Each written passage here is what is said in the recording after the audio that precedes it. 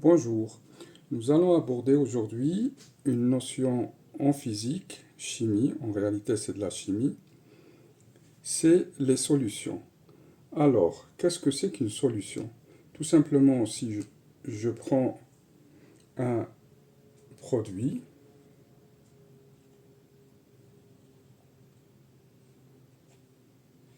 que je vais introduire dans un récipient, un bécher par exemple,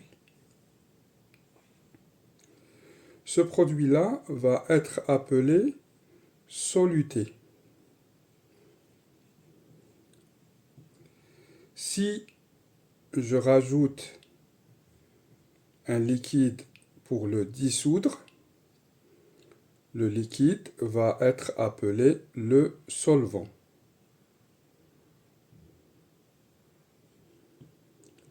Le soluté plus le solvant vont être appelés la solution.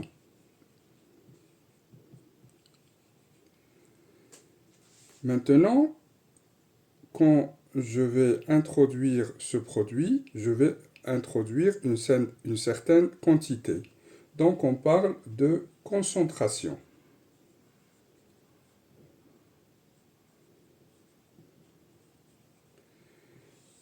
La concentration, lorsque on a la quantité en masse, si le produit est quantifié en masse, c'est-à-dire en grammes, ou bien un multiple du gramme, on parle de concentration massique.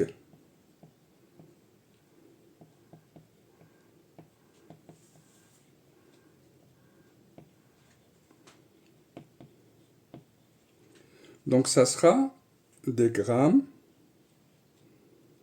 divisé par des litres.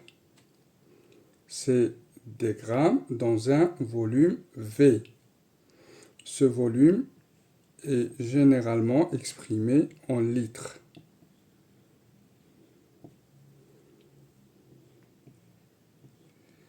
Et la concentration massique va être notée Cm ou parfois T, qui est égal à la masse, qui est en grammes, divisé par le volume qui est en litres, et c'est des grammes par litre.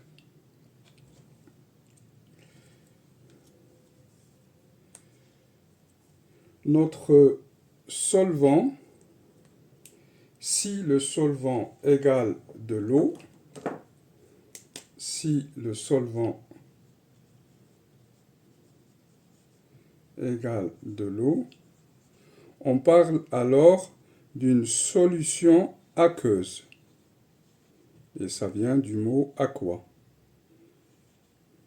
La solution aqueuse est très simple à faire. Vous pouvez faire cette expérience en prenant par exemple 5 g de sel, 5 g de sel, sa formule chimique c'est NaCl, que vous allez introduire dans 250 ml d'eau. Vous allez avoir une concentration massique, Cm, égale à 5 divisé par 250 ml. Et ça va être égal à 0,2. Donc, vous allez faire l'opération. Donc, ça va faire 2 fois 10 moins 2 grammes par millilitre.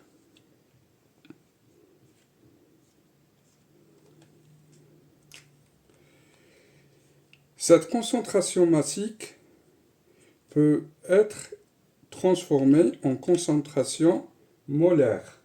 Donc déjà de là, on peut faire 3 opérations différentes qui sont importantes. C'est la détermination de la masse.